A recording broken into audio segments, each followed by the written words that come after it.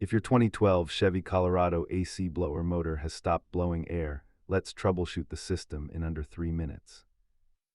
Statistically, 80% of blower issues in this truck are caused by a failed resistor block rather than the motor itself.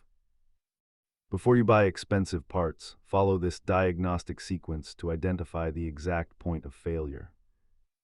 Start by checking your fuses and listening for clicks, then use a multimeter to verify power delivery at the blower motor connector. The resistor, the motor itself, or the dash control head are your primary suspects in this cooling system. Always inspect the wiring harness for heat damage, as loose grounds are notorious for causing intermittent blower operation.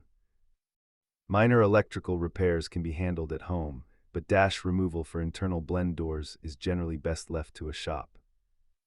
A fuse is practically free, while a full blower motor replacement will typically cost you over $100 in parts. After disconnecting the battery, access the blower under the passenger kick panel and bench. Test the motor directly to confirm its health. Keep your multimeter, a basic socket set, and electrical contact cleaner handy to tackle these common HVAC repairs.